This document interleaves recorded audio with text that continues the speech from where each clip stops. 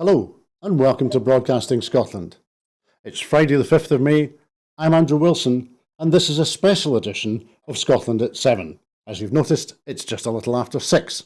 This is a special edition because yesterday saw the local council elections across Scotland, and so this evening we'll run an extended programme to have a look at the results that have been coming in the course of today as they've been counted, and in order that we can provide a little bit of analysis and colour and background to the electoral event that has been stretching right across the country today, and especially an electoral event that has a different flavour to it because it is in many ways local, although we'll talk about the local aspect of these elections as well, I'm sure, this evening.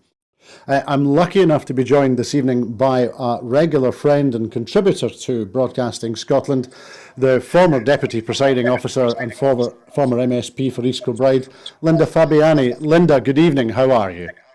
Oh, I'm absolutely grand. Thank you. Well, it's lovely to see you. I know you've had a chance to get a little bit of a break and get some sunshine, and I hope you're feeling refreshed and back to the fray.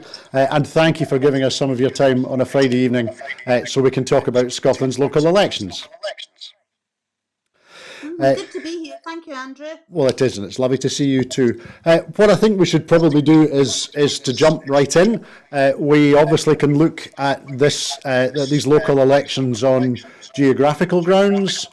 We can look at them in terms of the relative and relevant performance of the different parties, and we can also look at the results in terms a little bit of other friends of Broadcasting Scotland, other people who have contributed to our programmes, and one or two other characters, I'll put it in those terms, who've been highlighted in the press in the run-up to the election, and see how they have fared in this intensely local and also intensely democratic exercise, bearing in mind that the voting for local elections, as everyone who voted yesterday will know, is single transferable vote, so is a very proportional system, and that can generate some interesting results, and I'm sure some well-bitten fingernails on the part of candidates across the country as they watched and waited for the votes to be first counted and then tabulated and redistributed in the course of today. And it's clearly taken a while.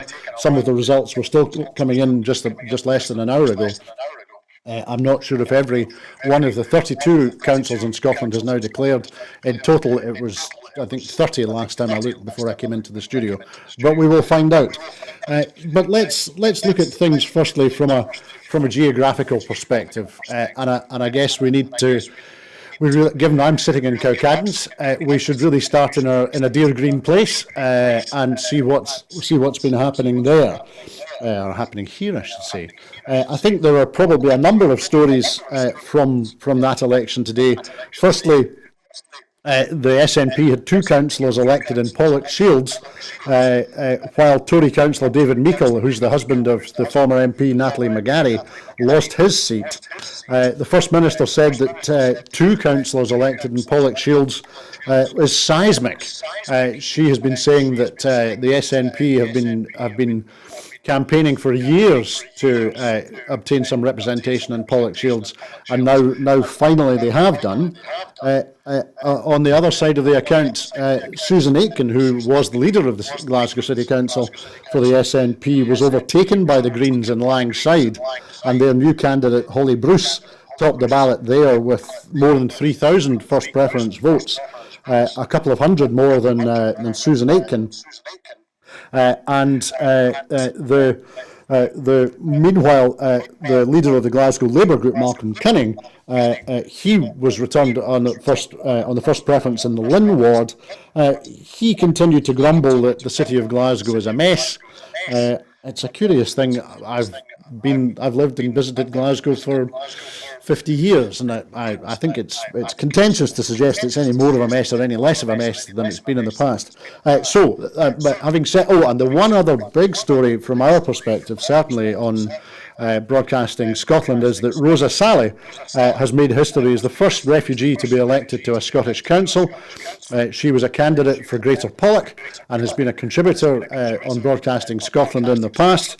As we know, she came to Scotland with her family to seek asylum in 2001 at the age of 12 after her grandfather and two uncles were executed for opposing the then Iraqi President Saddam Hussein.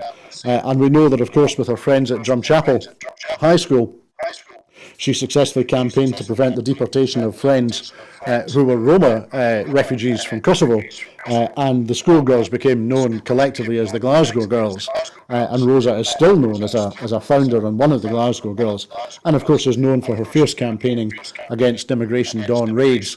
Given we saw an immigration evening raid in Edinburgh yesterday evening, we might touch on that too. So, Linda, I've painted a very broad brush picture of what has happened in Glasgow over the last 24 hours. What's your impression?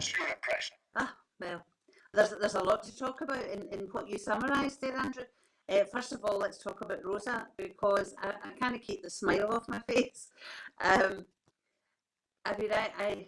knew Rosa and her friends, the Glasgow Girls, from way back in 2001, when they came to the Scottish Parliament to try and force the then First Minister, Jack McConnell, to stop dawn raids in Glasgow, and he made promises that didn't come to fruition. So I just don't have the words to say how happy I am to see that Rose has been elected. First of all, because I adore her. I think she's a wonderful young woman. Her strength and forbearance, and she's joyous. She's just a joyous young woman who I care about so deeply. So there's that element. But I'm also extremely proud of my party. To have someone like Rosa as a member, to have been the party when it came into government that, for example, allowed bursaries for asylum seeker young people to go to university. We introduced that. To then have Rosa be an activist for us, and to just be part of the party that I'm part of makes me very, very proud. And to see her getting elected is absolutely wonderful. So that's the big thing for me in Glasgow today, that Glasgow girl elected to Glasgow City Council. That's fabulous. The other thing you mentioned that I think is interesting is, and I've seen quite a bit in social media, folk having a go at Susan Aitken because the Green candidate beat her. Can I say, first of all, I'm delighted to see more Greens in local government, because I think that's a party with a huge part to play. So I think it's good news that we've got more Greens.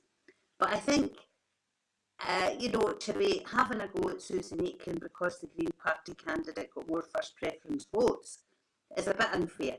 Because when you actually look at it, you've two SNP candidates standing, and we've got two elected. We've got Susan Aitken and Paul Leinster. So that's also good news, because Paul's a very, very astute young man, and I know he'll do well as a Glasgow City Councillor. So Susan, being the type of politician that she is, very much was encouraging votes for Paul. So it is not any kind of black mark against Susan Aitken that she didn't come top of the first preference poll, because she shared that with Paul Leinster, her colleague. And that's the way forward in an electoral system like we have, to get best representation. And as for all the nonsense about Glasgow being a mess, that's my city. I haven't lived there for many years, but it's still my city. And I don't think Glasgow's a mess at all. When you look at the decades of control under the Labour Party, and you've only got 5 years with the SNP after all these decades, and when you look at what the SNP has achieved, the equal pay for women was massive in Glasgow, because the Labour Party had been working against that and trying to stop it for years. So I think the SNP record in Glasgow is an excellent one, and I'm really pleased that they are again the largest party in the city, which shows a faith in the populace for the SNP administration, for the SNP in general, And let's not forget, overseeing all of this election right across the country, we were talking about the SNP having been 15 years in government and still having the confidence of the electorate and returning the best results of any party, better results than we returned at the last local election. So I think those that are scrabbling about trying to find faults with SNP results are really just acting in desperation. Yes, I completely understand, Linda. Not the most compelling stories. We'll end, and whilst we're doing that, we have now all 32 of Scotland's councils have declared their results. That shows that the Scottish National Party continue to have the largest number of councillors in the country, with 454. That's up 23. Next is Labour, British Labour in Scotland. They have 281 councillors. That's up 19. That means they've overtaken the Conservative Party, who were in second place after the last local elections in 2017. The Conservatives now have 215 councillors in Scotland. That's down 62. After that comes the Lib Dems. They are now at 87 councillors, with that's up 20. And the Green Party are next, they now have 34 councillors, which is up 15. They've almost doubled the number of councillors.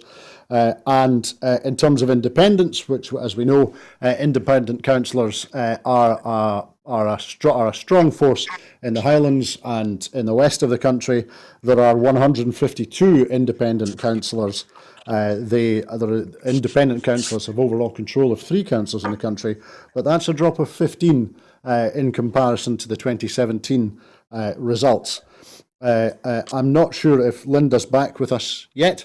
In terms of the headlines, the SNP, in terms of increasing the number of councillors, they secured an overall majority on the council in Dundee, while the Labour Party has won control of West Dunbartonshire. Beyond that, and I'm sure we'll come back to this as well, in the context of the Conservative performance, as I say, dropping 62 councillors in the country, Douglas Ross has said that he believed that public anger over Partygate had played a big part. Linda and I can perhaps reflect upon that. Certainly, when I was on the pavements yesterday, nobody mentioned Partygate to me at all. But maybe that's just my experience. I'm not sure. Linda's just restarting, and we'll pick up where we were. Anna Sarwar has said that the results were the best that Scottish Labour had seen in a decade. That's, as usual with Anas, that's against an interesting benchmark he's using there.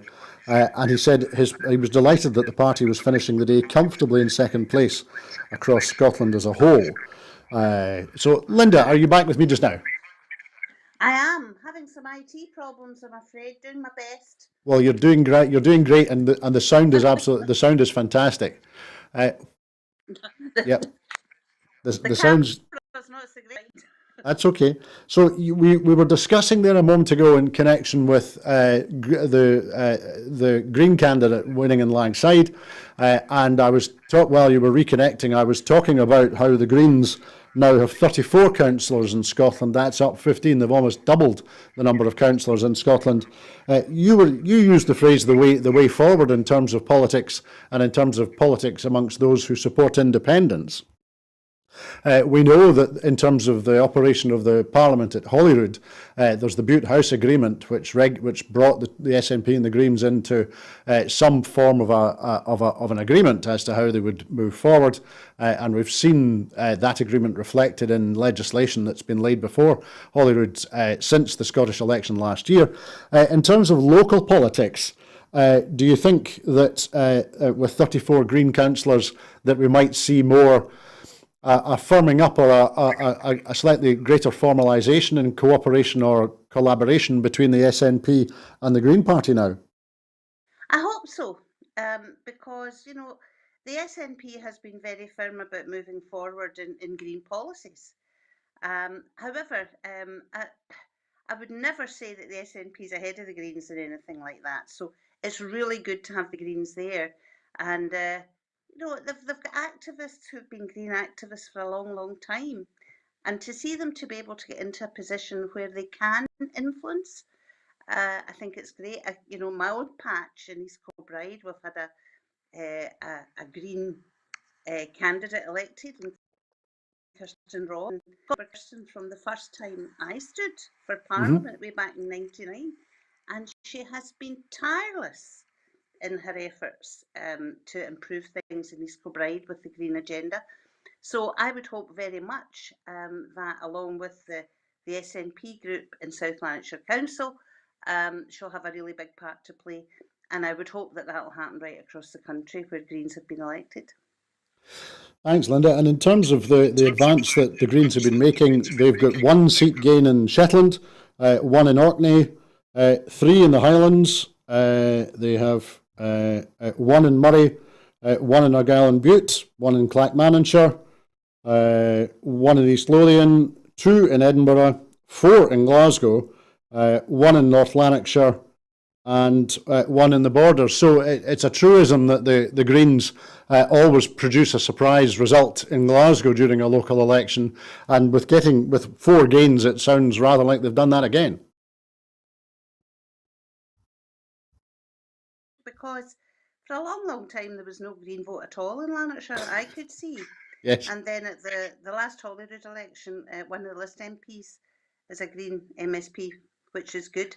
So now that's coming down into the councils, both North Lanarkshire and South Lanarkshire, as you said. So yeah, I think it's good news. I mean, of course, the best news for me is that the SNP have made more gains than anyone else, and they're the largest party and the biggest share of the vote right across the country. But the Greens also have a policy of independence, and that is extremely, extremely important. The one thing I would say is that where you do have formal coalitions, where you do have formal agreements, or indeed informal agreements, there has to be a degree of pragmatism moving forward on both sides. So from both the SNP and from the Greens, that will be required. And we should never forget that for all the policies that the Greens have and all the policies that the SNP have, and the fighting against the excesses of Westminster, independence is the best answer to combat all these things, and that should always be at the forefront of minds. Absolutely. You make a very good point there, Linda. And just to focus on that, as you say, the SNP have made the largest number of gains in the voting yesterday of any of the parties standing in Scotland. In terms of net change, the SNP are up 23, Labour are up 19, the Lib Dems are up 20, the Greens are up 15, Independents, as I mentioned, are down. Independents are down 15, and the Conservatives are down 62. So, looking at the SNP for a moment, in terms of their domination of Westminster politics from Scotland, their near domination of Holyrood politics, and now having by far the largest number of councillors, and continuing to increase the number of councillors after 15 years as the controlling as the Scottish government. I can't think of in UK politics, I can't think of a government that was continuing to secure electoral success like that after that length of time. During my lifetime, governments tend to run out of steam and run into difficulty after 10 or 12 years at Westminster. To be continuing to make progress politically for the SNP is quite an achievement. What do you think is at the back of that? I think the electorate in Scotland has faith in the SNP, and it's in two different aspects. Faith in the SNP as a government, and also, of course, as local government, but also that people recognise that democracy says that we should have a referendum on independence. Now, there's a lot of people who will vote SNP and will vote Green because they believe in independence. Of course there are. But there are also those who will vote SNP and Green for other reasons, who may yet have to be absolutely convinced of independence as the way forward, because they're voting incompetence. However, these are democratic people recognise that the SNP has stood on a platform of it and believe wholeheartedly that Scotland has the right to choose. So there's the two aspects. There's the right to choose, which I think the majority of people in Scotland believe in, regardless of party, actually, because I've come across people who believe that in all parties. Mm-hmm. So that is extremely important. And for Westminster to keep denying that right to choose makes people angry. So I think that's part of the result too. So there's competence, and there's also democracy. People believe in democracy in Scotland, and we don't see it happening. And I think there's a real kicking being given to the Tories, not just in Partygate. That's a bit of it, of course it is, although like you, Andrew, I didn't hear much said about that. But I think there is a real disquiet about the idea of Boris Johnson and his cronies saying, Scotland will do what it's told, just get back in your box and we'll decide. So I think there's a wee bit of a quiet revolution going on here. That's a very good point, Linda. Very good point indeed. One other thing to do with Glasgow that I'll touch on with you, and then we'll move on. And we were just able to tally this up just not that long ago, and so I've not had the chance to really put it into context. But in terms of the total number of votes cast in Glasgow yesterday, top was the SNP with 54,430. Labour came very close. The total number of votes for Labour was 54,246. So just a couple of hundred behind. And the Greens polled 24,005. So whilst this was a very proportional, this is a proportional representation system, it's still with only 200 votes difference. The SNP are able to continue to be the largest group. And perhaps even continue to be the largest group on Glasgow City Council. So, do you think that in terms of the raw votes there, does that suggest that an SNP administration in Glasgow has some work to do? I don't think the previous administration in Glasgow, under Susan Aitken, they didn't have an overall majority. So yes, they've had to work for the last 5 years in moving forward. And I think that will continue. I mean, we've got all the results in now, as you said, but right across the country, there's going to be discussions and negotiations going on. I mean, I'm really quite puzzled at Anna Sarwar's declarations that there's absolutely no way they'll go into coalition with the SNP. And it reminds me of, the talk they had before. I think it was under Kesterfield, that there would be absolutely no coalitions with the Tory party, and then we ended up with all the trouble in Aberdeen where there was a Labour-Tory coalition. Yes. So, it's all very well for leaders to say things like that.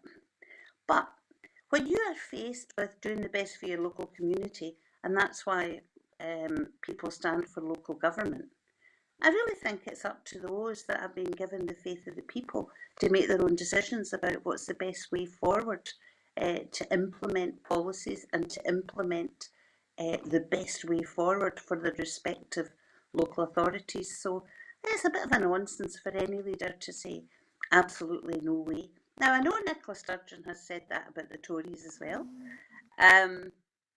But, see, at the end of the day, if you have a council there elected who recognise that the best way forward for their community is to have perhaps an informal deal going on with others of an opposing party, I think it really is up to them to make that decision.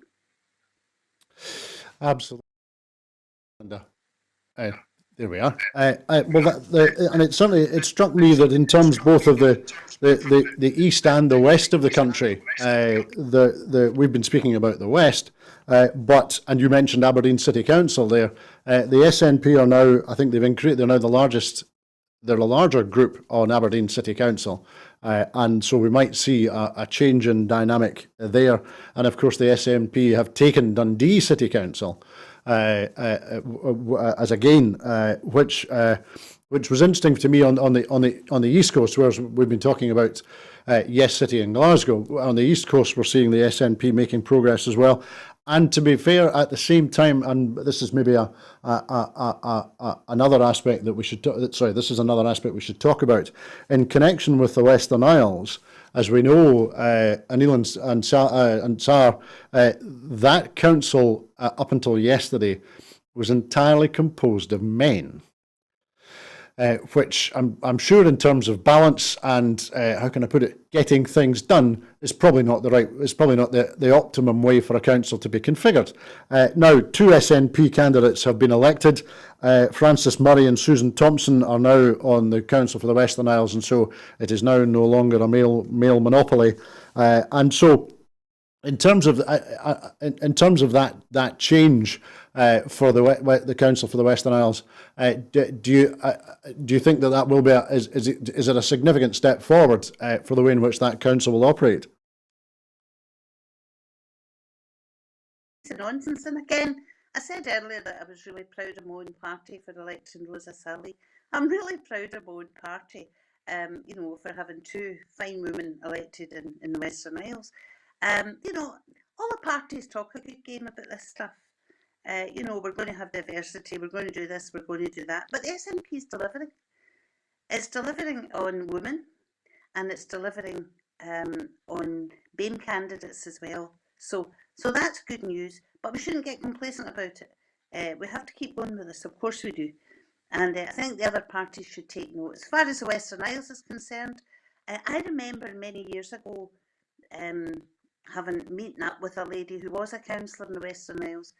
I think that the last time was, I think she stood up to 2012, and then it became all men.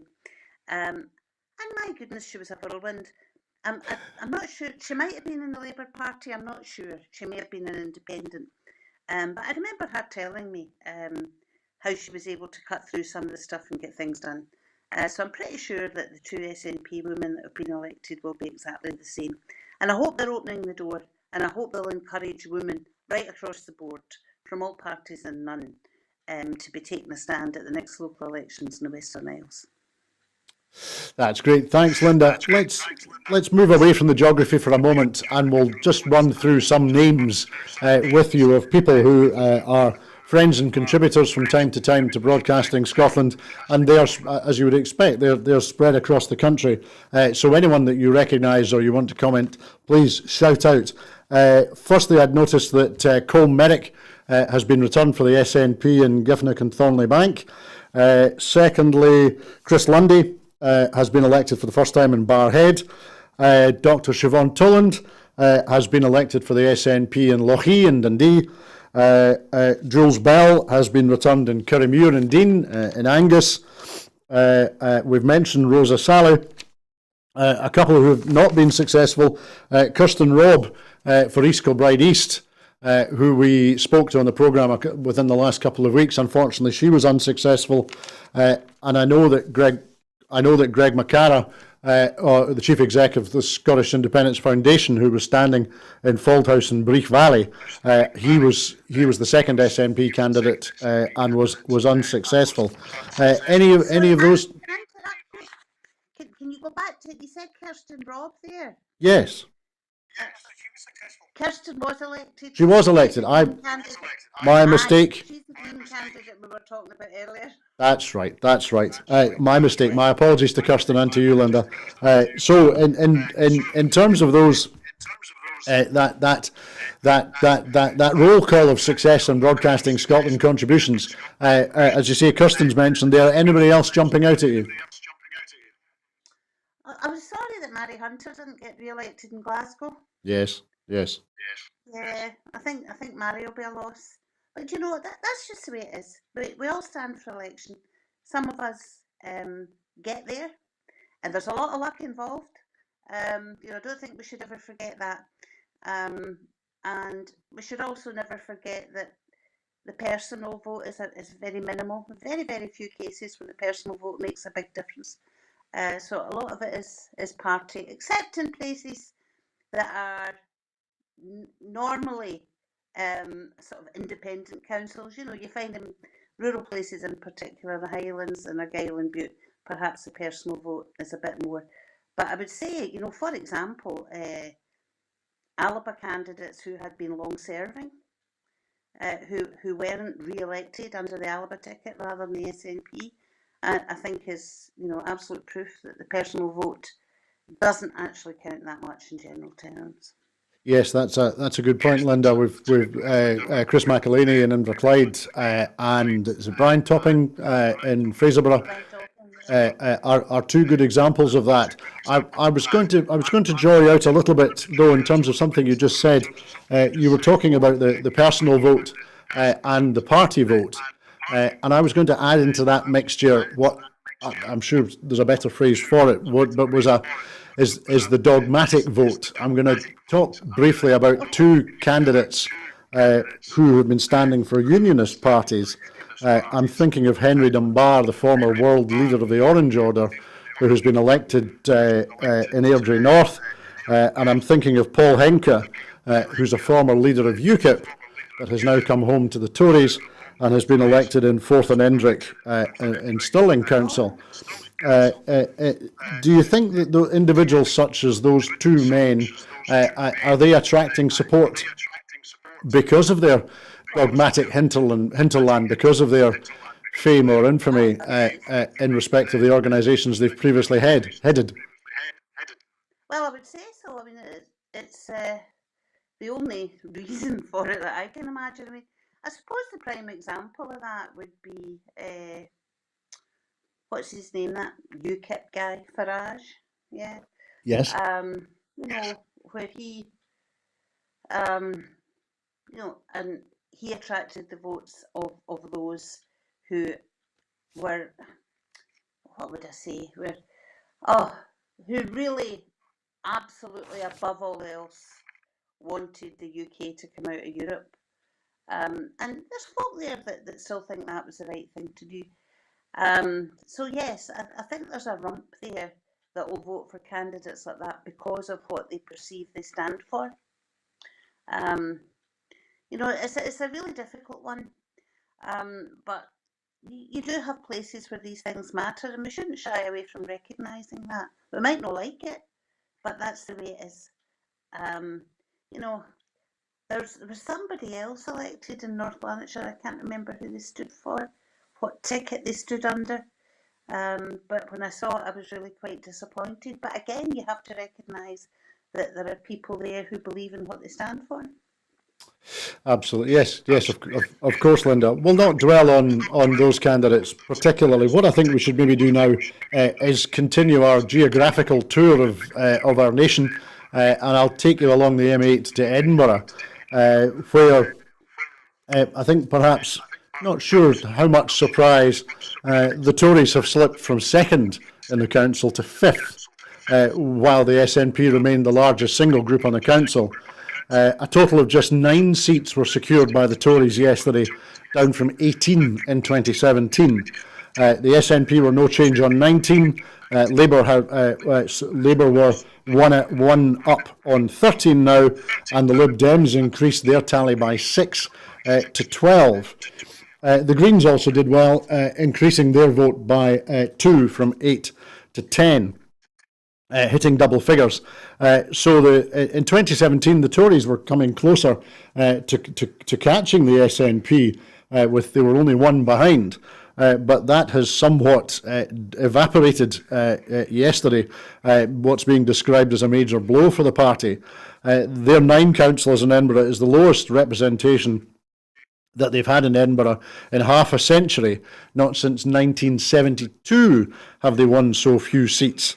Now, I've lived in Edinburgh since 1972, so you would think I would have a perspective. It would appear, certainly, from what I can see, that many of the Tory votes have migrated to the Lib Dems in Edinburgh, and I suppose that's not a huge surprise with strong Lib Dem presence in the west of Edinburgh, both in the Westminster constituency and the Holyrood constituency as well. So do you think, in terms of the movement of those votes apparently from Tory to Lib Dem, does that tell us anything about the Lib Dems, perhaps, and their policy, where their policies are come from, and how the voters view them? Well, I haven't had time to analyse the figures, to be honest, Andrew. However, what I would say, when you look right across the country, the Tory vote, I would imagine, has gone to the Lib Dems in some places and it's gone to Labour in other places. So I think that is a unionist vote. It's those who, absolutely do not believe that Scotland should be independent. I think that's probably rather a big part of it. There's obvious reasons why the Tory vote's disappearing. Because of the cost of living issues, people feel very strongly about it. I don't think folk have got particular confidence in Douglas Ross. They certainly don't have confidence in Boris Johnson. Everything shows that over and over again. But I think their votes have probably gone to the Lib Dems and probably gone to Labour in other places. So it'd be really interesting to see that. The full analysis once it's carried out. Also interesting to see how the Lib Dems deal with their success, because they have had a success.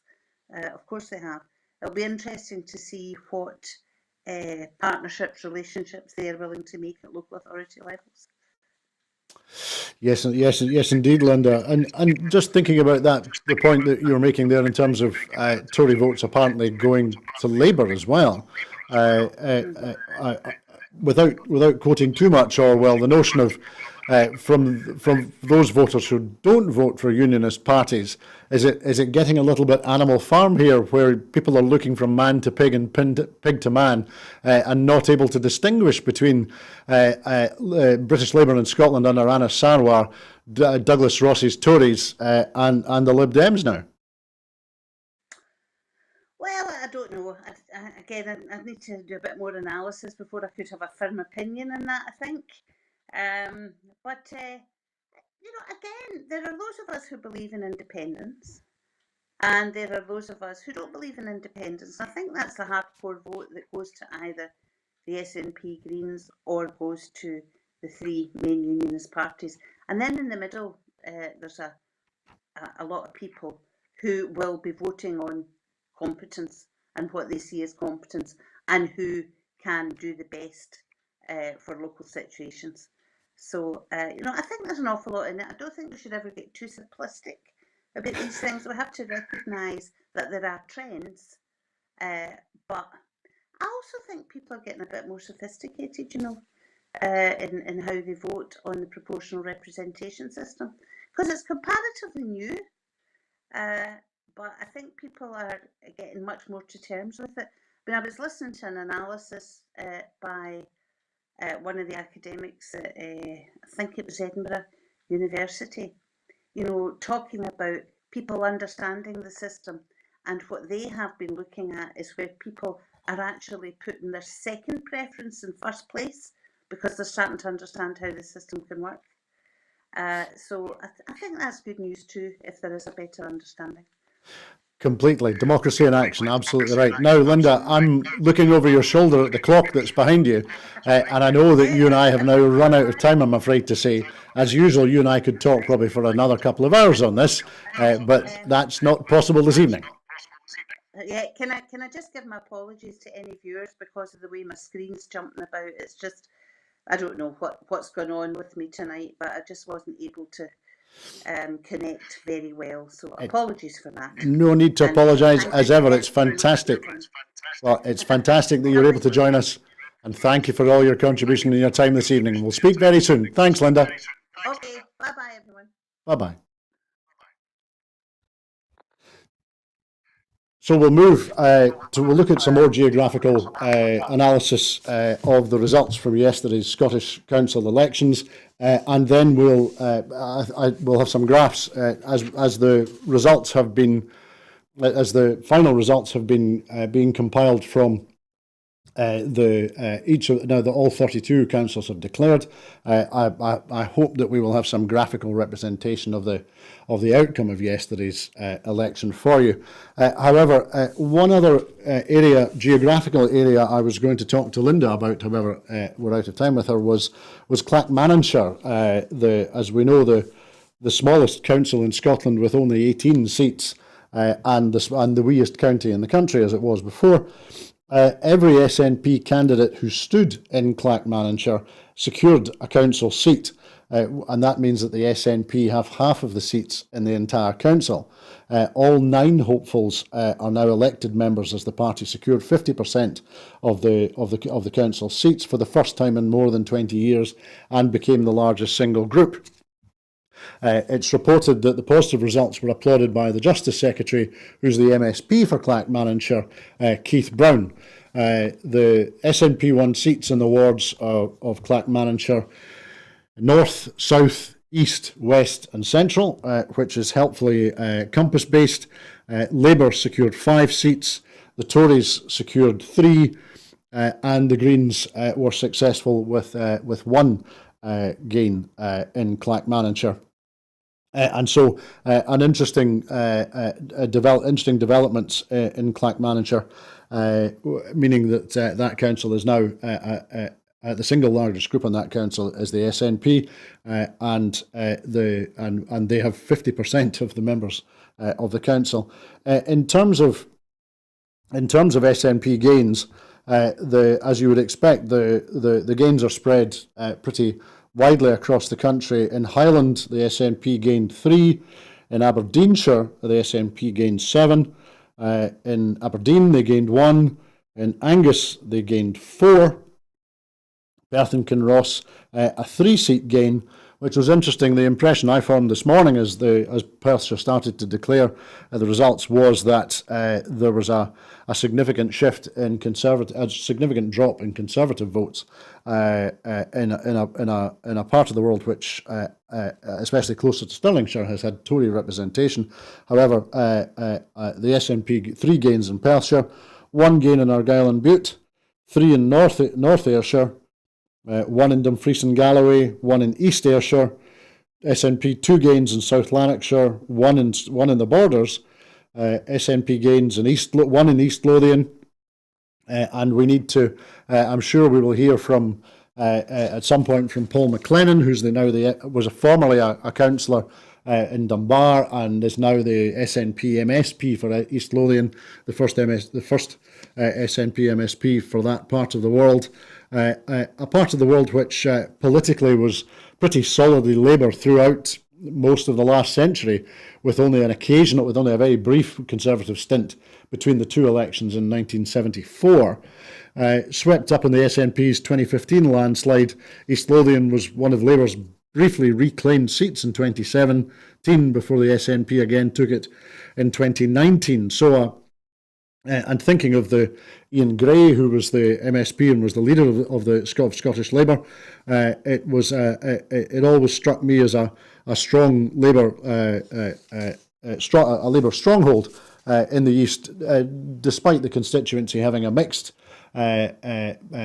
economic background, with mining traditionally having been very important, and farming, of course, and fishing as well. The makeup of East Lothian Council now is that the Labour Party remain the largest single group with 10 councillors. That's up 1. Next largest are the Conservatives. Next largest are the SNP, who now have 7, and that's up 1 as well. The Green Party also have 1 councillor in East Lothian now, up 1. And so those, each of the Labour Party, the SNP and the Greens gaining 1 seat, 1 council seat. It'll come as no surprise to you that the Conservatives, who were previously on 7 and were the second largest group on the council, have now dropped to 3rd. Their 7 councillors reduced to 4, and 1 each going to Labour, the SNP and the Greens.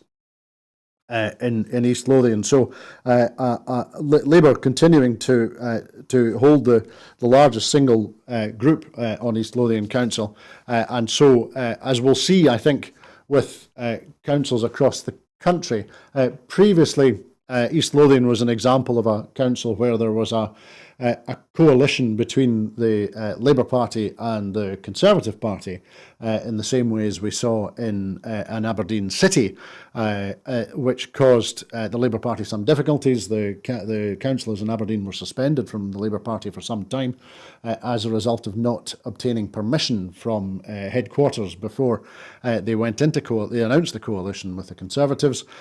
Labour and Conservatives have cooperated in East Lothian for some time as well, and so with the Conservatives losing almost half their councillors, it'll be interesting to see what the makeup of the council in East Lothian will be once the discussions over the weekend and into next week have concluded.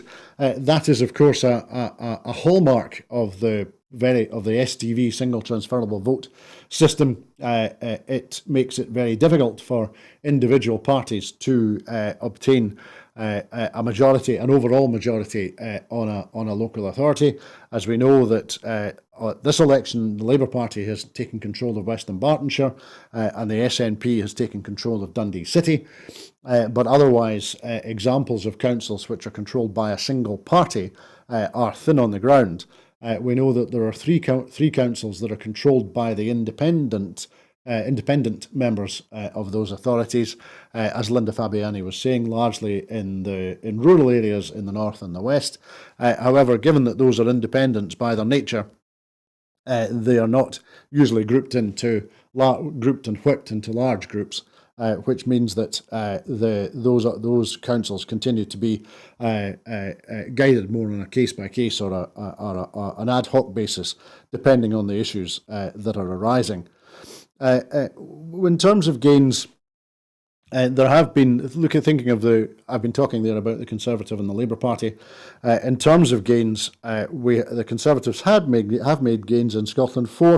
They gained 2 seats in Murray, which is interesting given the contentious nature of that part of the world, with Douglas Ross's constituency both for Holyrood and London, and also gaining in 1 seat in Argyll and Bute and 2 seats in North Ayrshire. I suspect that the ferry stories were having an effect upon that.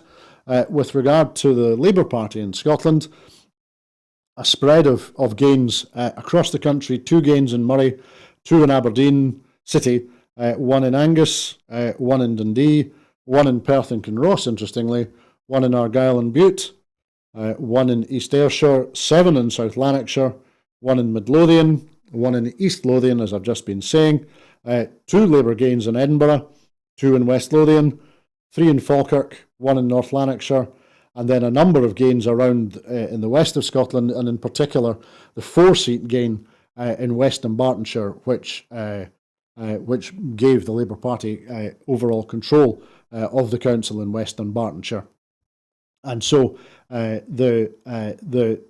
the number of councils that have overall control of one party is still relatively small, the experience that we have in West Dunbartonshire is that there are, and in Dundee City, is that there are 1 or 2 local authorities where an individual party has managed to take control. So we are lining up more contributors to be joining us this evening on the special edition of Scotland at 7, reviewing the results that have been coming in from across the country in connection with yesterday's Scottish local council elections. We've already this evening spoken about the events in Glasgow, and in particular Rosa Sally being successful in Greater Pollock, and also Vary Hunter being unsuccessful in Govan Hill. Two results which I think are likely to be significant in the life of of Glasgow City Council going forward.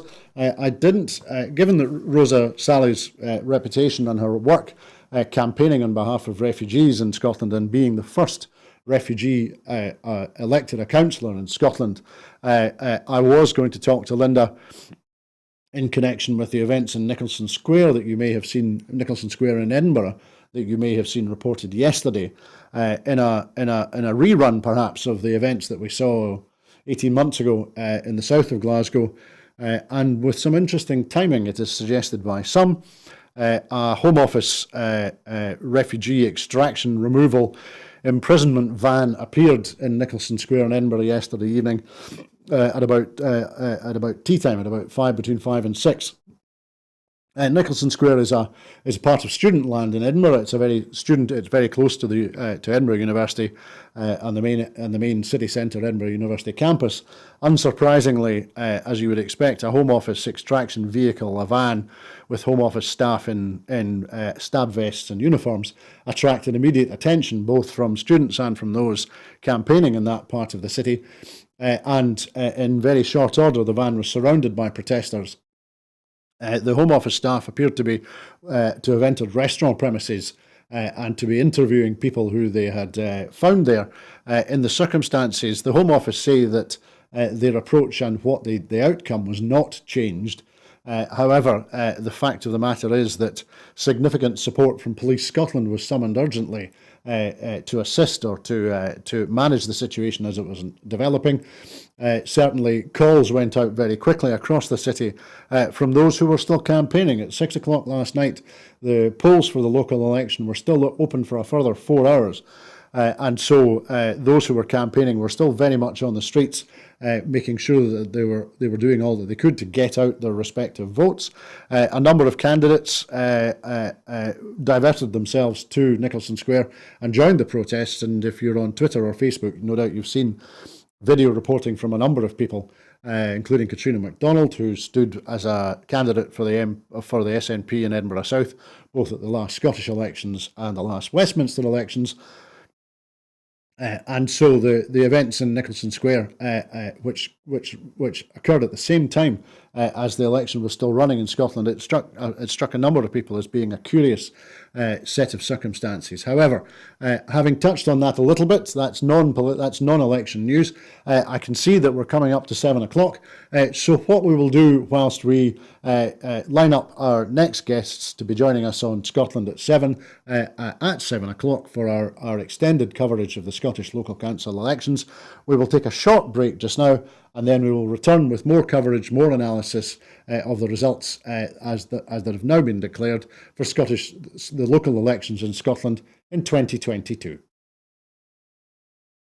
What distinguishes Broadcasting Scotland from a website or blog, apart from our brilliant programmes? Hi there, I'm Gordon Ross. Are the costs we face to enable us to produce those programmes. These costs are significant and ongoing. However, our facilities are able to do so much more if only we had the staff. In the last year, some of our supporters have cancelled their subscriptions. In one way, we would prefer it if it was because they didn't like us, rather than it being because of the financial pressures which we are all under because of COVID. The really positive outcome of our fundraiser is that at a time of economic challenge in Scotland, we will use your donations to create jobs and in a small way contribute to improving the Scottish economy. If you want us to be Scotland's independent broadcaster, able to provide an alternative mainstream television platform, then please support us. Scotland is going to be an independent country. Just imagine what we could do if we had even 1% of the BBC Scotland channel's budget. Imagine. And then please consider turning your imagination into reality. Please support us if you can afford it.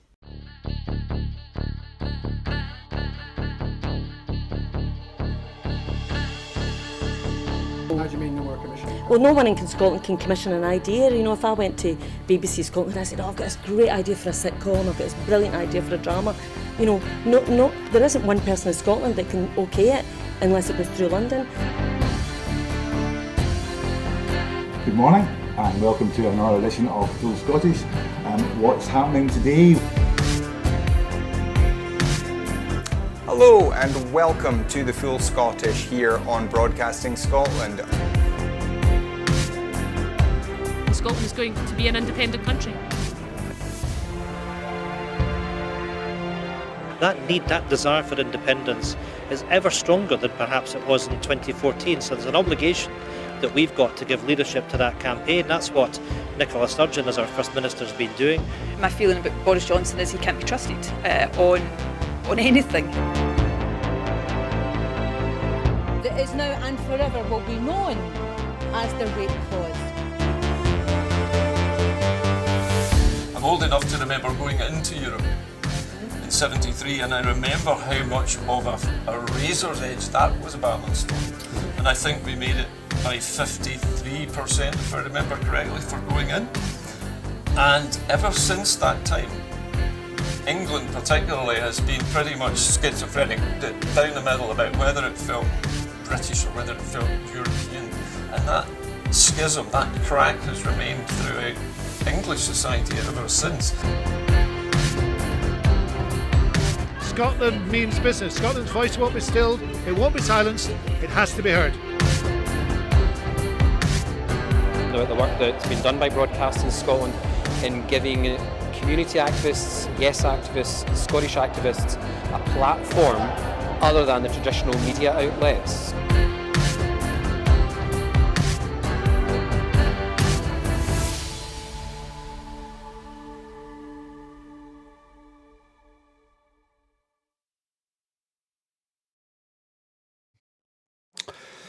Good evening and welcome back to Broadcasting Scotland. This is a special extended edition of Scotland at 7.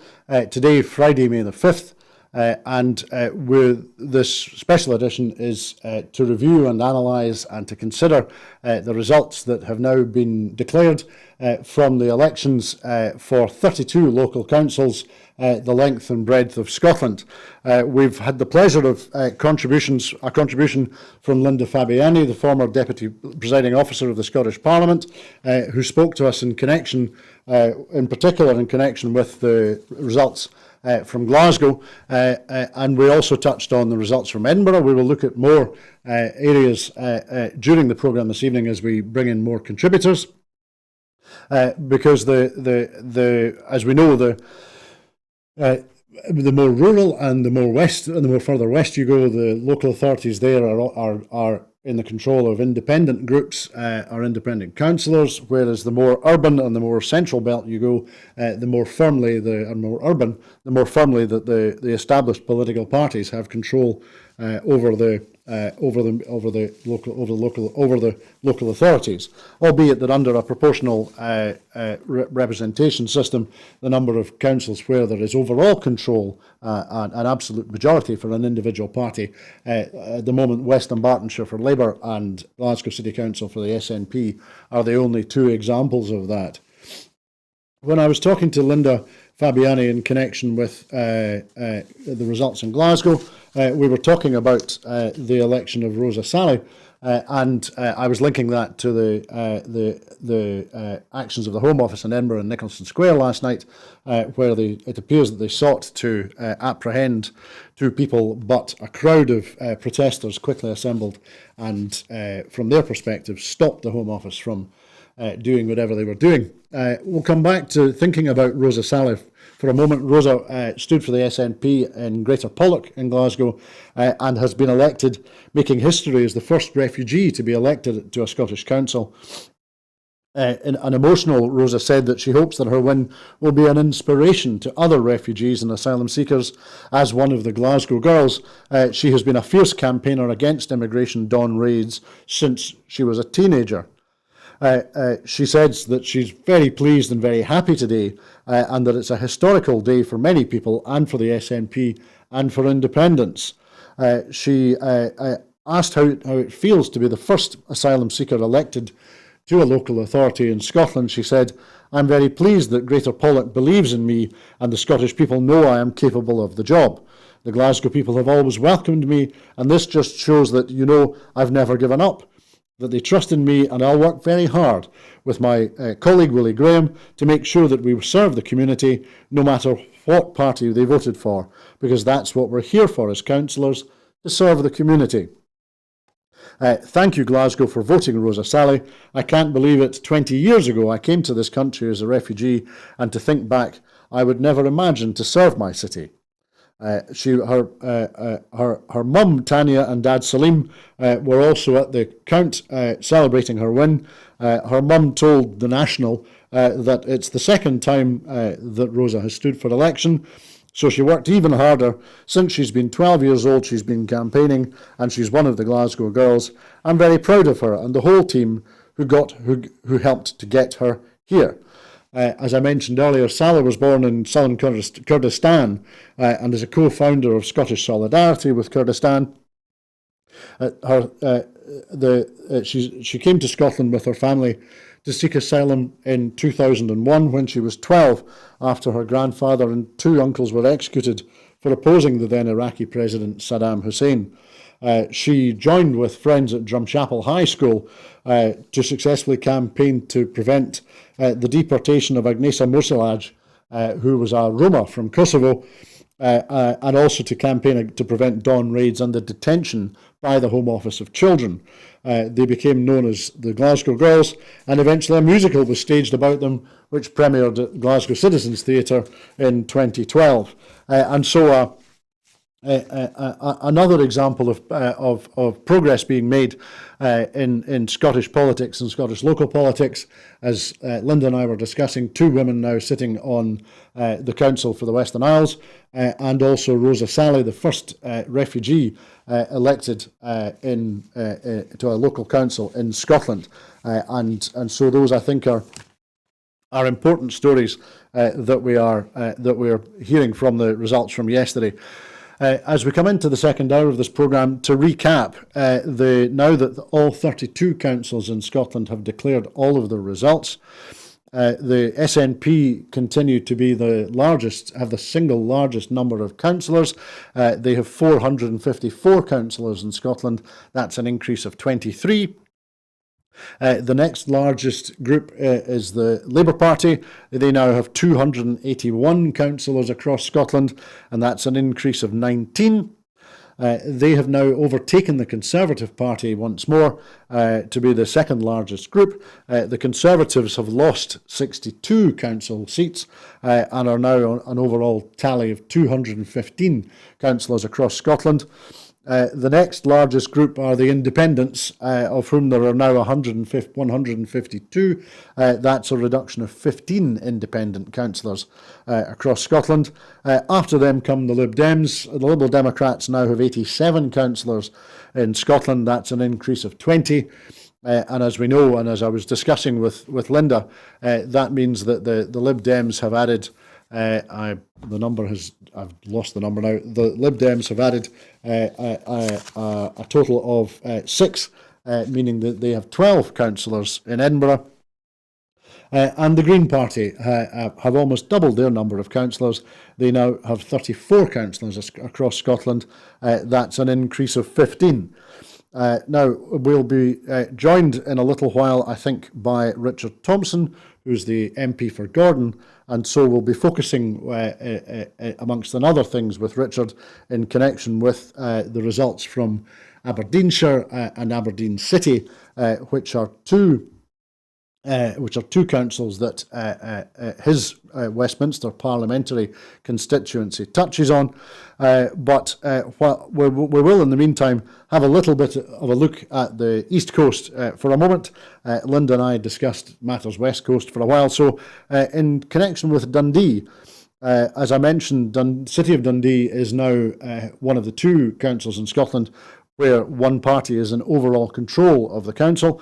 In Dundee, the result is that the largest single group is the SNP, who have 15 councillors. That's up 1 from the last election, and so they have overall control of Dundee City.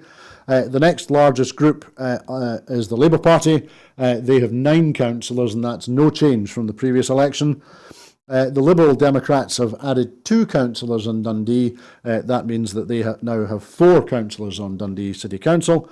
The Conservatives lost 2 councillors, which meaning that they have 1, and there was 1 independent in the previous council who has not been re-elected, and so the independents there are now no independent councillors sitting on City of Dundee Council. And so a move that is in some ways consistent with a number of results up and down the east coast of the country, insofar as the SNP continuing to make small gains, the Lib Dems making gains, all largely at cost to the Conservatives, who have seen their results reduce across the east of the country. We have some graphics now coming in, as it happens in matters alphabetical. We can see Aberdeen Council there behind me. I'm not sure if we can put that on the screen for you now. There we are. And so these are the detailed results that you can see for Aberdeen City Council. And we will come back to these with Richard Thompson when he is able to join us later on this evening. We will go through these in detail and look at the movements that I was talking about, both in Aberdeen City Council, and in Dundee, the areas that Richard Thompson, his constituency, is closest to. But you can certainly see for here's Aberdeenshire now.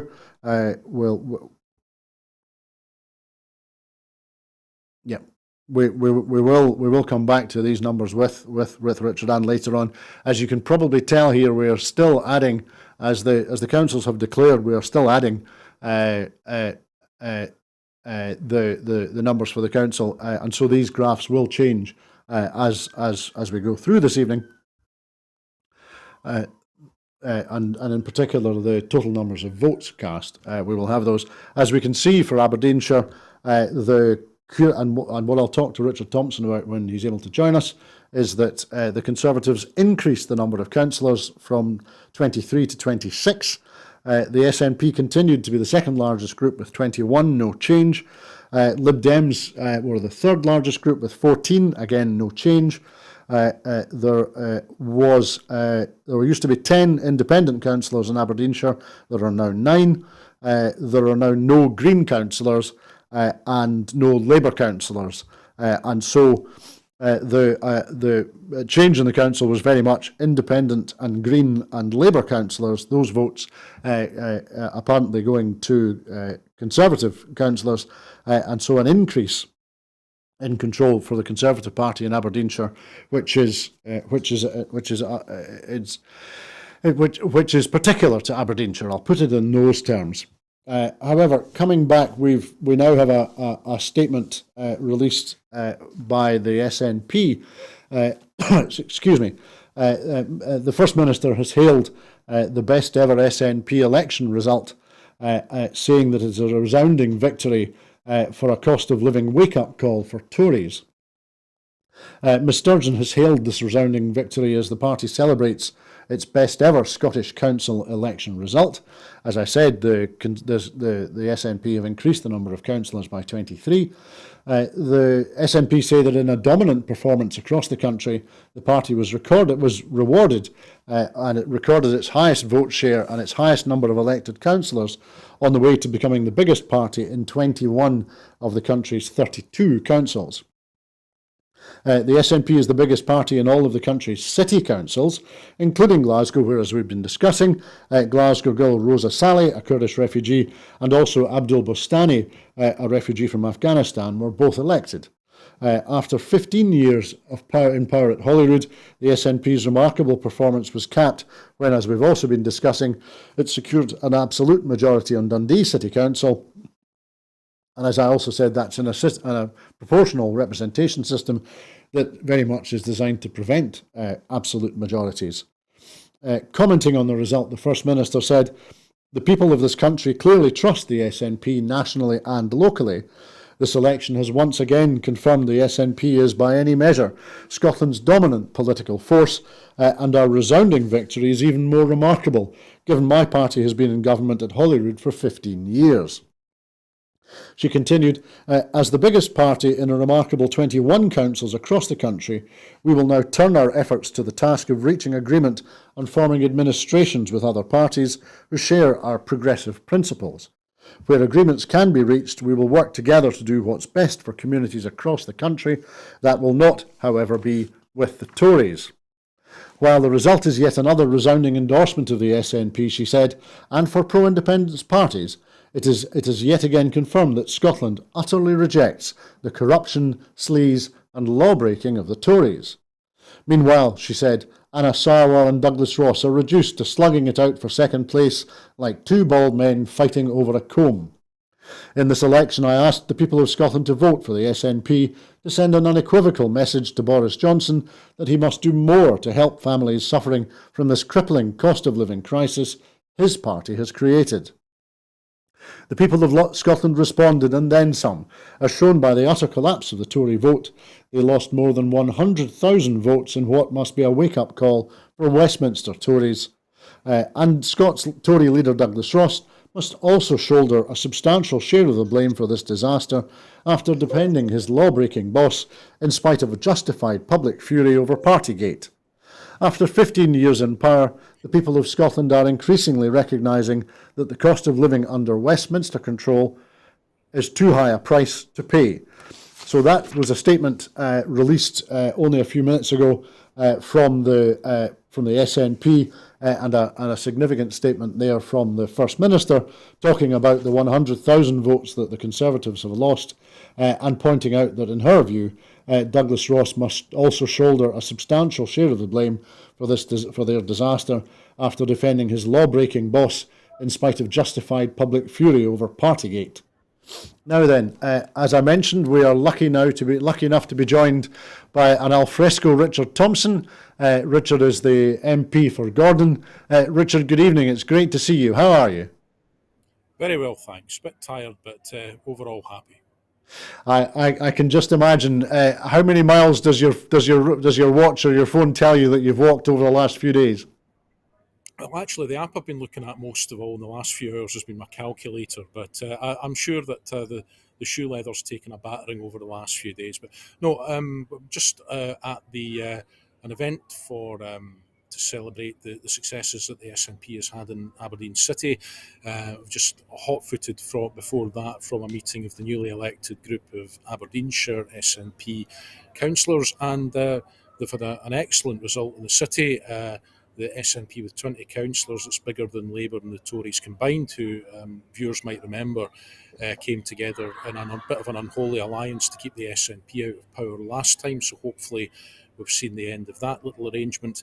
In Aberdeenshire, the SNP's held fast on 21 councillors out of 70, but our vote has increased from 2017. The Tories, unfortunately, have increased their councillors, but they missed a trick last time round in 2017. They got a huge vote and didn't have enough candidates. This time they've got that balance a bit better, and they're up to 26 councillors. But their vote in the process has fallen by about 6.5%, I think, and the SNP vote is up.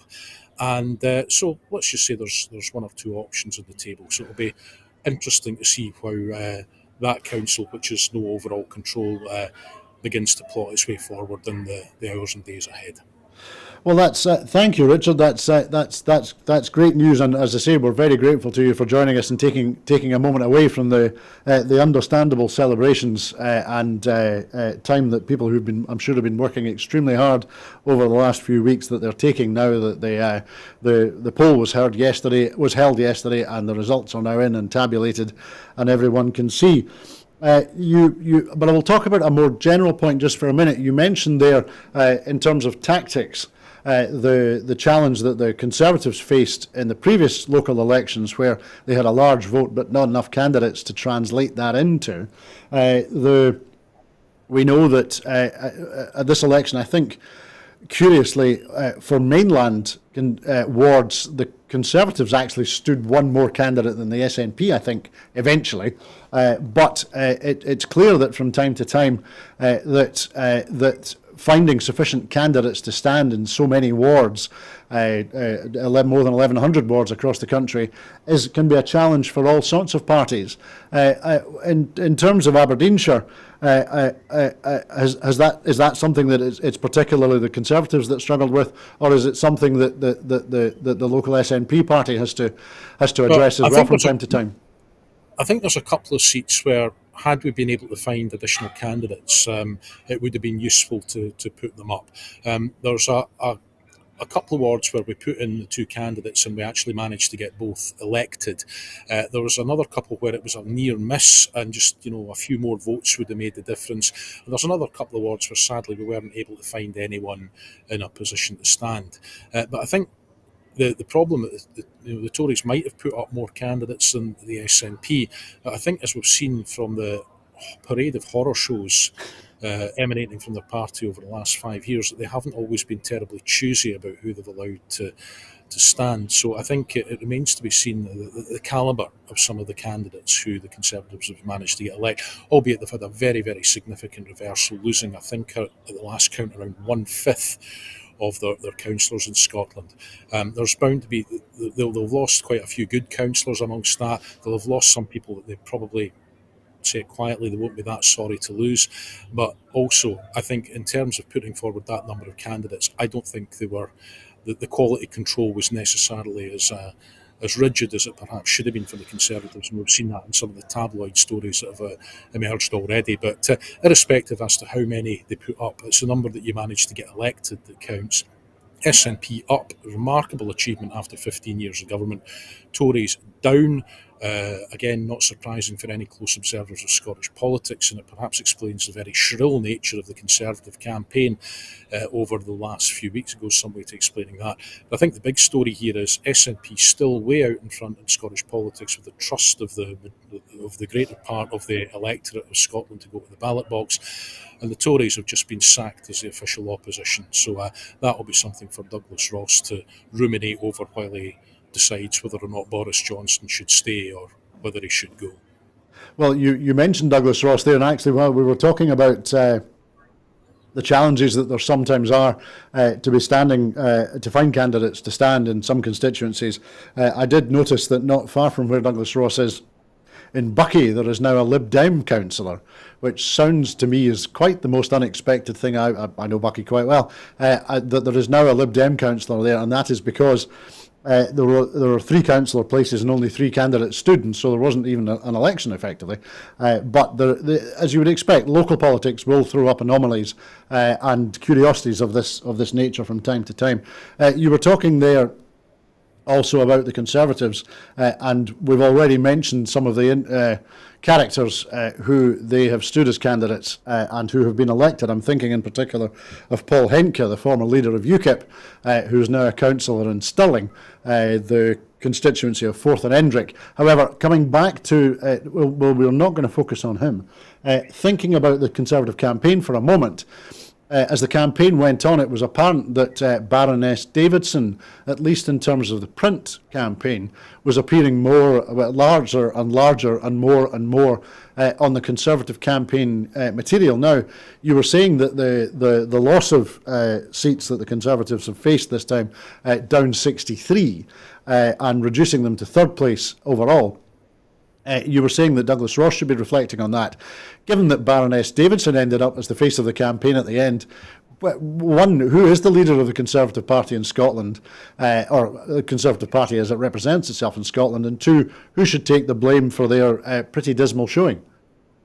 Well, you know me, I don't like to intrude into private grief when it comes to the Scottish Conservatives' electoral misfortunes. But, in this case, I think Ruth Davidson scurried off pretty sharpish when it became clear that not only was her constituency in Edinburgh Central under threat during the last term of the Scottish Parliament, but also that her party had kind of peaked and was going nowhere.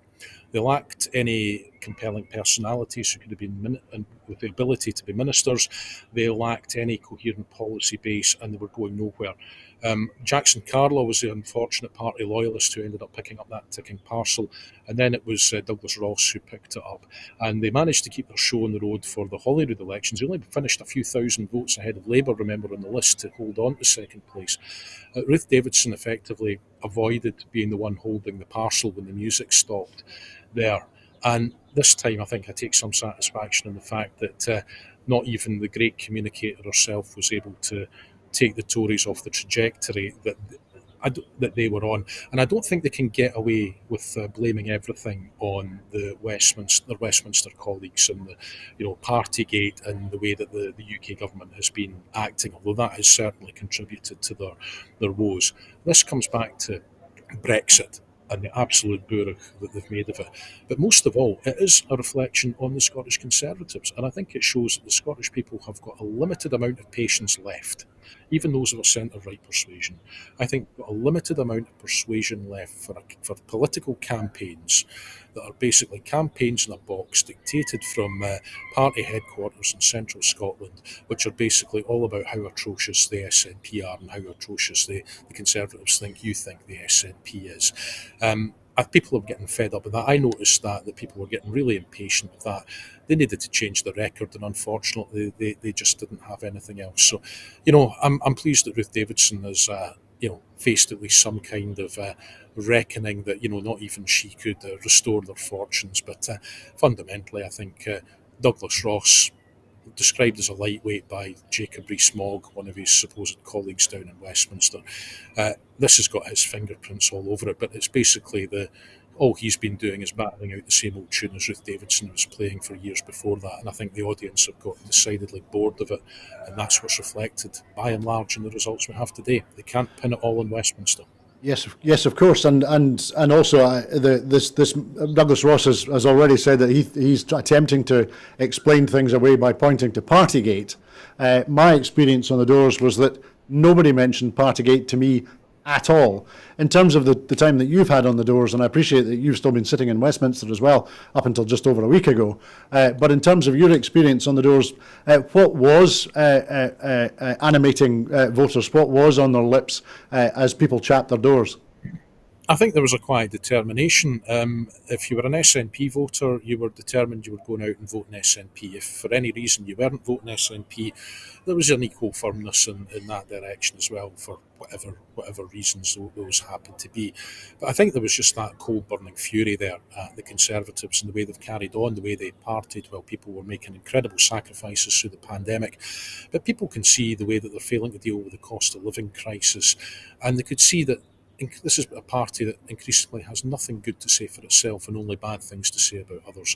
And as I say, I think people are thoroughly bored of that and were giving it short shrift. And I think looking more widely across the UK, folk have given the Conservatives much the same message. A couple of weeks ago, I did a programme for Any Questions for Radio 4 from Norfolk, a little village called Sheringham in the north coast of Norfolk. And it's a true blue Tory heartland constituency.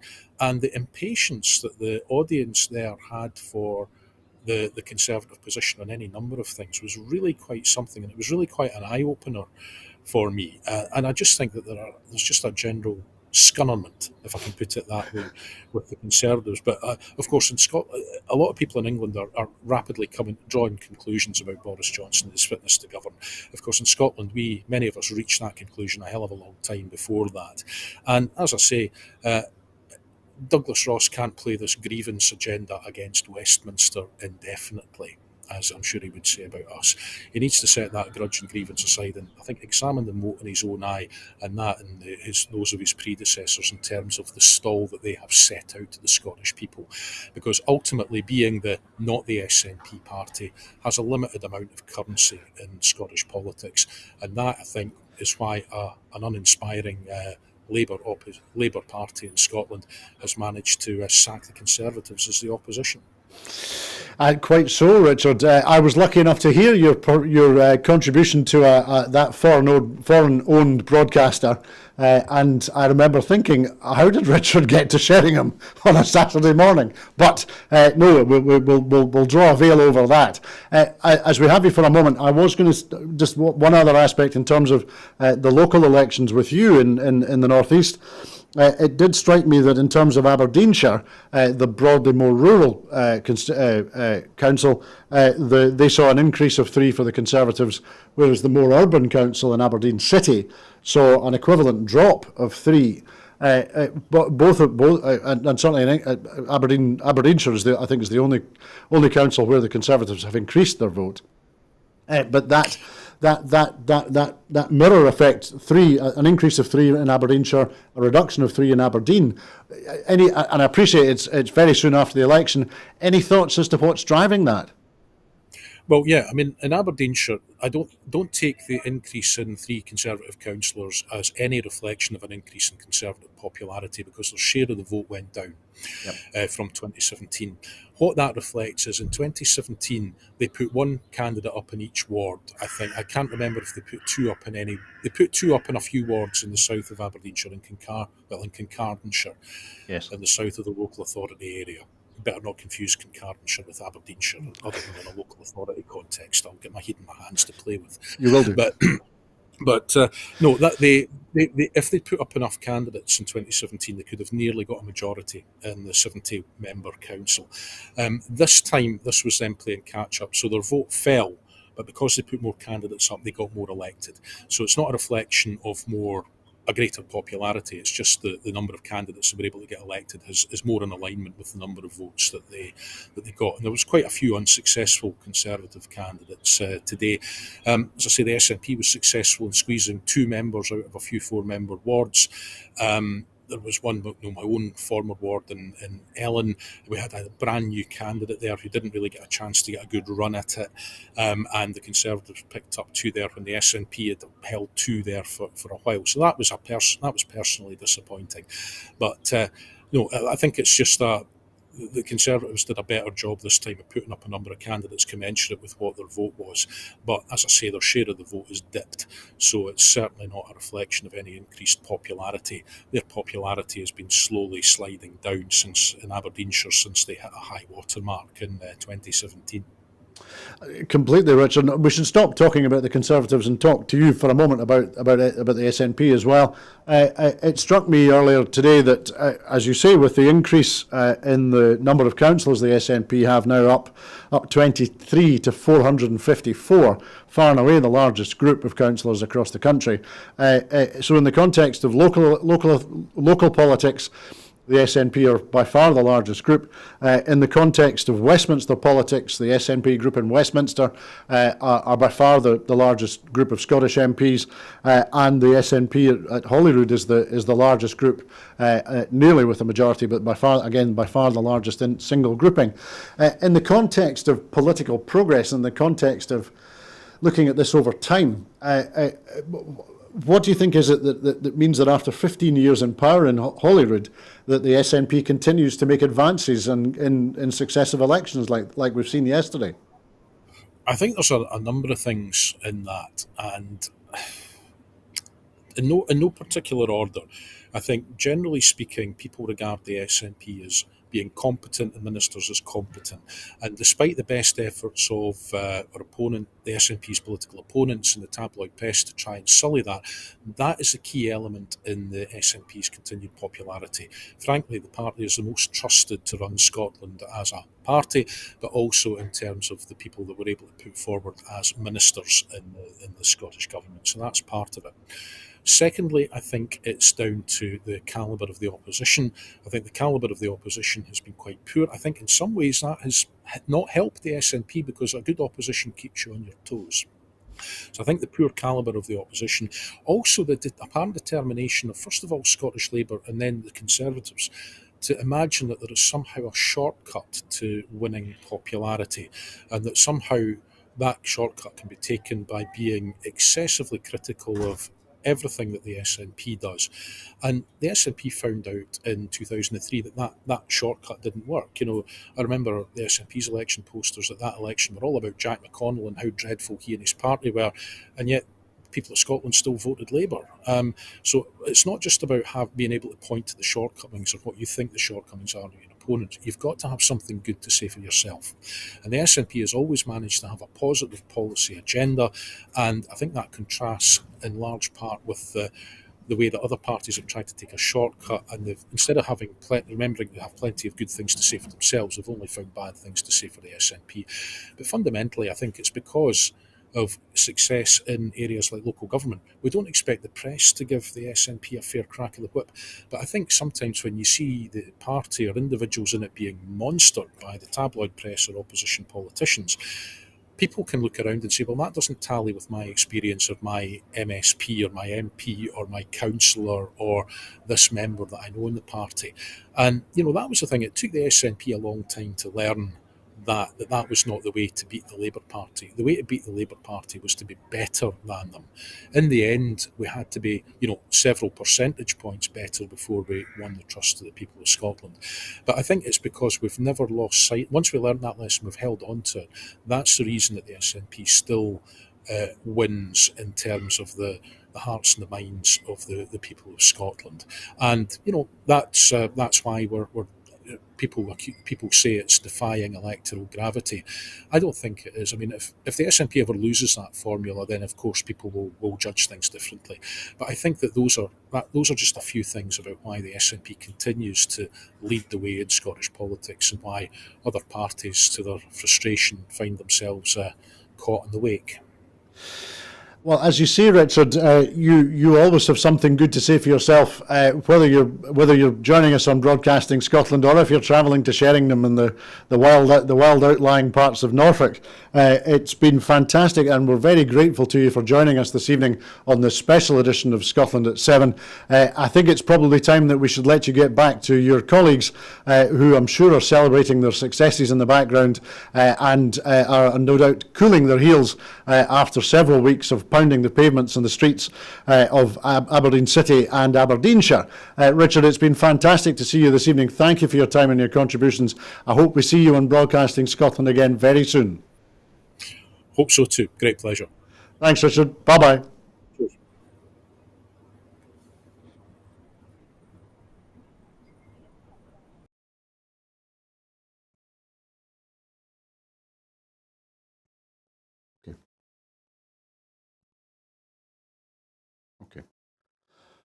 We have now been able to collate the candidate numbers for all of the local authorities, and given that I've been speaking this evening with our two guests so far, largely about the west coast of the country, and then with Richard with the east coast of the country, I thought it was worthwhile to have a look at Highland, and let's see if we can get that graphic for.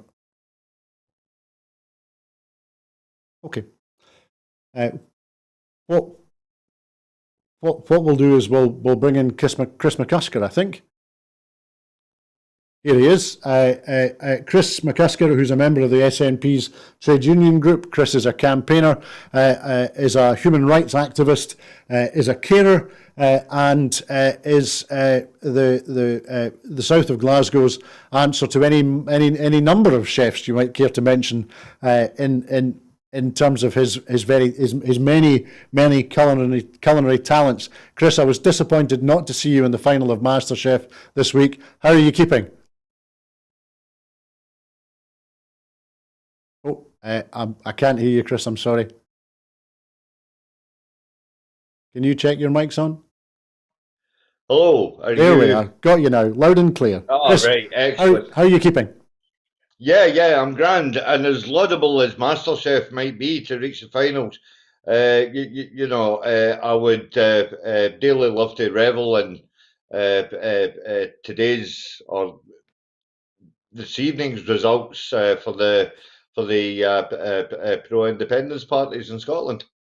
Well, that's great, Chris. And there's one thing I was going to speak to you first of all about. We now have a statement from the First Minister, which was issued within the last hour, and the First Minister, very much towards the beginning of her statement, says she hailed a resounding victory, celebrating the party's best ever Scottish Council election results. A dominant performance, recording its highest vote share and the highest number of councillors on the way to becoming the biggest party in 21 of the country's 32 councils. The point I was going to mention to you was, she then goes on, the SNP is the biggest party in all of the country's city councils, including Glasgow, where the Glasgow girl Rosa Saleh, a Kurdish refugee, and Abdul Bustani, a refugee from Afghanistan, were both elected.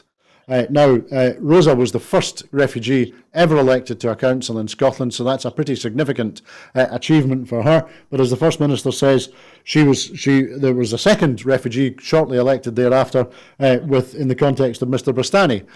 So, Chris, what's your reflection on the changes in Scottish politics, whereby we're now seeing refugees who have been welcomed to Scotland and have made their lives here, they're now making their way in local elections and local politics?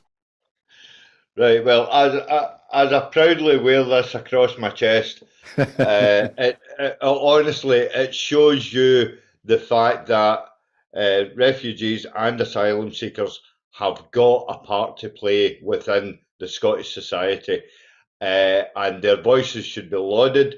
They should, we should be learning from their experiences, and I am so. I'm absolutely over the moon for Rosa, especially. I have worked with Rosa on the SNP Trade Union Group and the Socialist Group as well, and she is a seasoned campaigner, not just on refugees' rights and asylum seeking rights, but also for social justice. And that's what is, I think, severely lacking within British politics. Is a lack of understanding of social justice. And I think that this result tonight clearly sends a message to Westminster, telling them that, as we're going through this cost of living crisis, there are many issues, that have been self-inflicted on the British shores. None more so are significant as the injustice to refugees and asylum seekers, but the actual injustice of inequality around the whole country, what Westminster has to do is it has to look and reflect on the overall picture of the results in Scotland and take a hard look at the fact that between the SNP and the Greens, it is basically, for want of a better word, it could actually be called as a supermajority for independent voices within Scotland, which is diametrically opposed to the policies that are coming out of Westminster. Now, that's a very good point, Chris, and I was going to talk to you about the result from Glasgow City a little bit more in a couple of respects. The overall results, as you say, the SNP now has 37 councillors in Glasgow. That's down 2.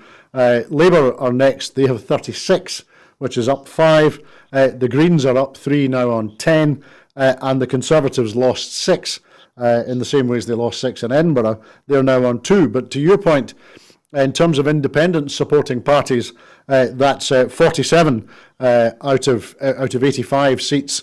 We can see the results on the screen there. So 47 out of 85 would give the Greens and the SNP, if they were to work together, an overall majority. However, as I say, the SNP are down 2 councillors and the Labour Party are up 5. The total number of votes cast in Glasgow shows that the SNP received 54,430 votes.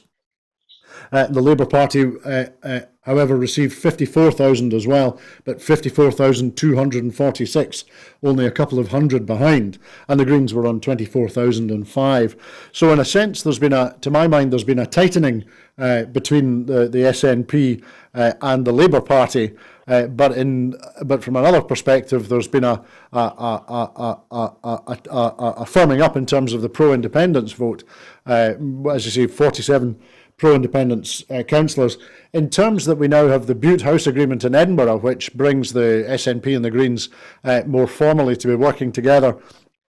One thing I was going to ask you about Glasgow City Council going forward was, do you think that we might see a little bit of a reflection of the approach that we see in Holyrood with the Butte House Agreement now appearing in George Square and Cochrane Street with Glasgow City Council? I would sincerely hope so. However, I'm slightly dismayed at the fact that Anas Salwar is still pouring out the same old mantra that he completely rules out any coalitions, between Scottish Labour and the SNP, where councils are concerned. And that really, honestly, it actually makes me really sad, because Anas cannot see the bigger picture. And the bigger picture is obviously Scotland's future, and what is best for Scotland. And I readily accept the fact that Anas doesn't see Scotland as an independent country, but Anas has to wake up and and understand the need for Scotland to take a different approach to how they run their individual councils, because the councils have to run in sync with the government. And if the government is in a majority and the councils are in what you would say a pro-independence majority, then it is the arithmetical way of working things out. If the consequences are to be cut, then you find that the councils will be not less any understanding and stuff like that, but they will be more conciliatory in order to work with the cloth that has obviously been cut. And where Labour enjoy the fact of being sort of like the second party up, they have got the grace and favour of being able to dabble in grievance policies, and grievance politics for the sake of just grievance, and not actually, working in cooperation in any such way, shape, or form for the betterment of the citizens of the any one city within Scotland.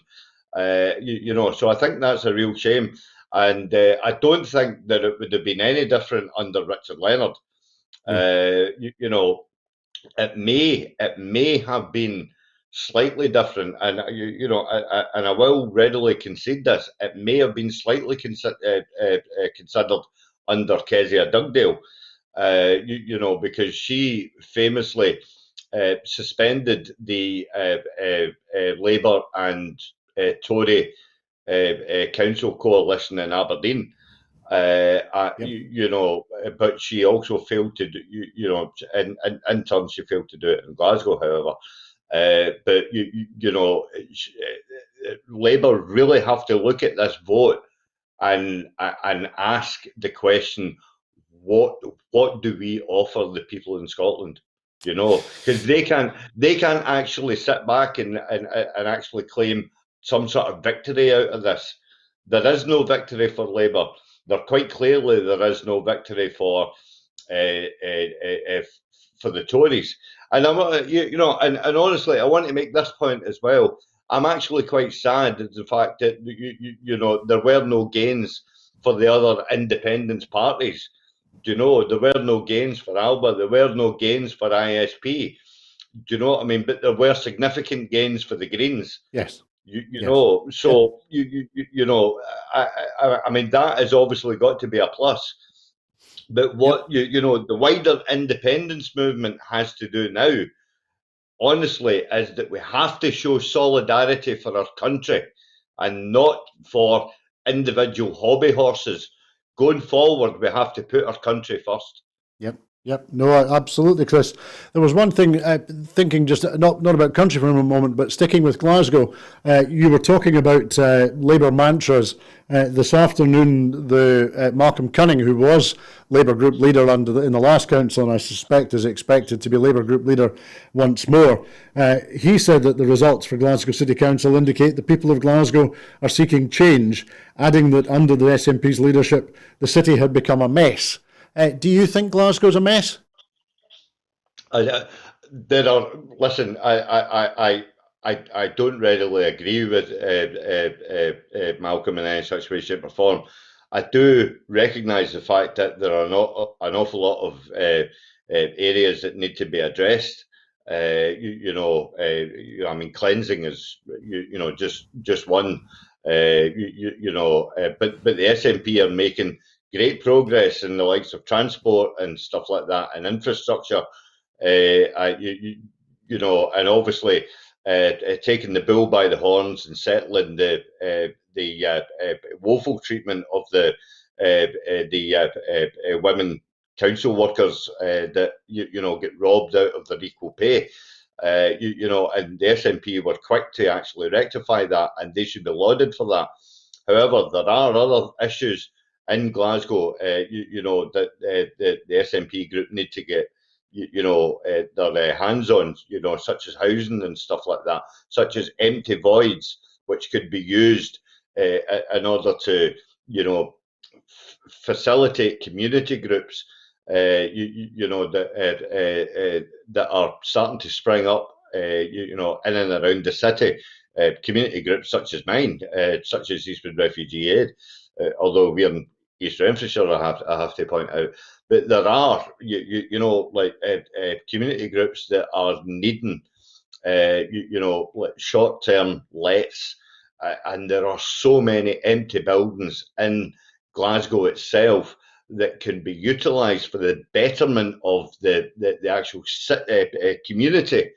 The various communities in Glasgow, and I think that they could do an awful lot, for them, so that we can help and empower other people around the city. Yep, absolutely, Chris. Thank you.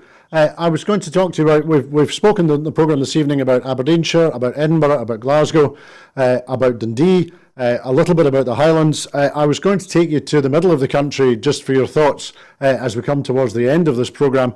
I was going to ask you about Stirling, and we'll see if we can get the graphic up on the screen just now for Stirling. Well,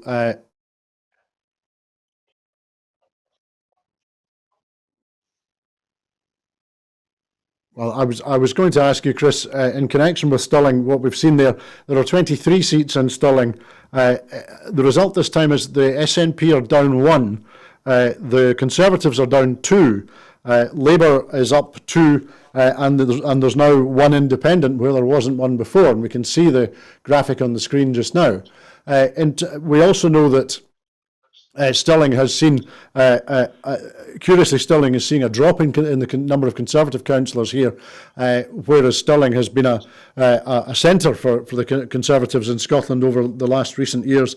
And also, of course, in this part of the world, Paul Henke, the former leader of UKIP, has now been elected as a Conservative councillor on Stirling Council for the Forth and Endrick ward. Chris, what are your thoughts in terms of the way in which politics in Stirling are moving, as we've seen in terms of the vote yesterday? I'm slightly dismayed at the fact that a former UKIP candidate has managed to get in, and whether that was on preference votes or whether that was through the back door. I don't know. I haven't looked into the ramifications of that. But I mean, I'm slightly worried that the SNP didn't manage to convey their message across Stirling, because Stirling has got an awful lot of communities which are I wouldn't say falling behind, but who are struggling. But again, I know that it's a council that is rich in rural areas, that obviously the farming community, and I would I would have thought that they would have protested. And funnily enough, I would like to bring this up. Actually, if we can come away from Scotland a wee bit and actually consider what's happened down south, where there's been, quite a large swing towards the Liberal Democrats. And there was one chap being interviewed earlier on who actually conceded the fact that an awful lot of Conservative voters were not actually willing to go to the ballot box, and actually, cast their vote. And it has seen an upturn. Well, it has resulted in an upturn of the Liberal Democrats gaining some seats. So people are sort of like, slowly getting dragged back into the middle, which is obviously quite good for England. But on a counter to that as well, if you look across, and I know this isn't the question that you asked me, but I have to put it out there. But if you look across the water to Ireland and what's happening with the likes of Sinn Féin, the Alliance Party, and the DUP, you're suddenly seeing that an awful lot of people are abandoning the unionist sort of like steadfast vote, and they're going more. They're merging more towards the middle ground. And if there's a lesson there to be learned, is the fact that maybe people are obviously they're up to here with Partygate and Boozegate and Currygate and whatnot and what have you, because it's not just the Tories that are into these sort of like political shenanigans, but people are getting so fed up with it, they're actually merging onto the middle ground. Yep. And there's one thing that the SNP are really good at is trying to reach out, to try and sort of like reach everybody that is on the middle ground, and try and represent them. And I think that has been reflected in the likes of, like losing, one or two votes here and one or two votes there.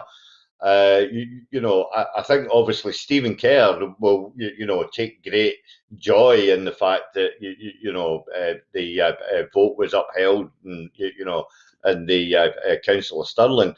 But in the grand scheme of things, I don't think there'll be much crowing from the Conservative and Unionist Party tonight on the face of the results. Absolutely, Chris. As we were saying, the Conservatives in Scotland down 63. We started a little late this evening, so we'll finish a little late. So we'll look at one more constituency.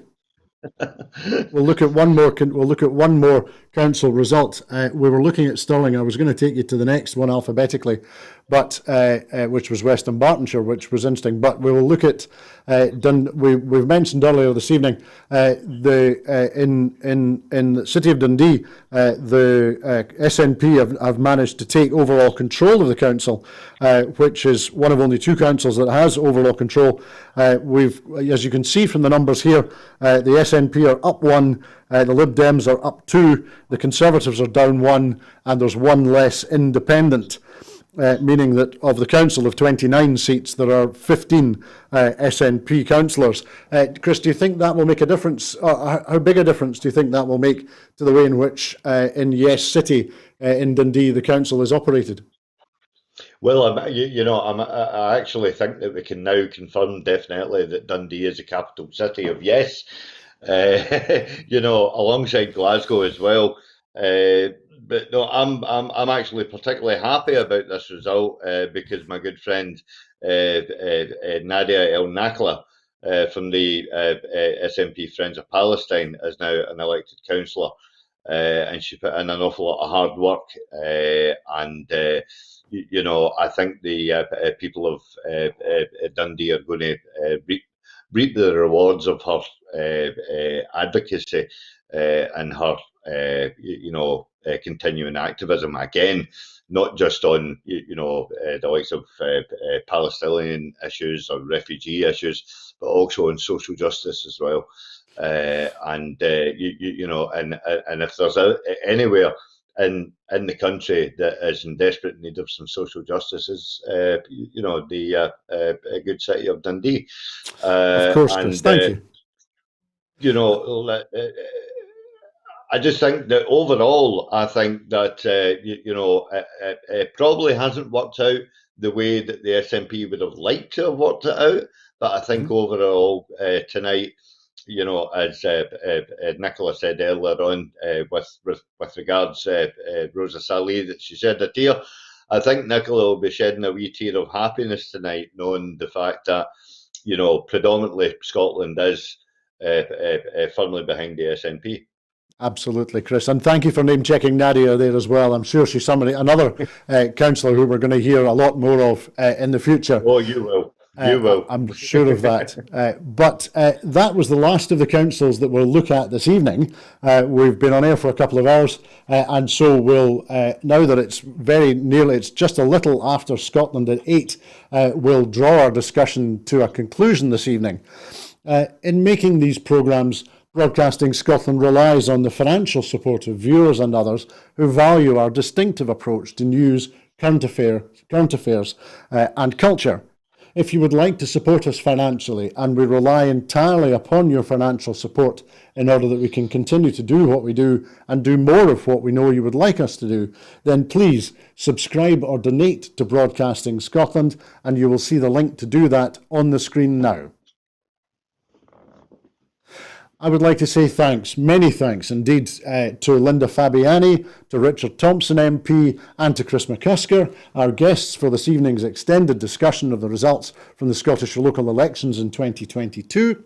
I will be back with the Full Scottish on Sunday, so I hope you're able to join us on Broadcasting Scotland at 12 noon on Sunday, and I'm sure the discussion will be continuing with regard to the results from the Scottish elections. But in the meantime, thanks again to my 3 guests this evening, and until I see you again and you're able to join us on Broadcasting Scotland, please keep warm and keep well. Bye-bye.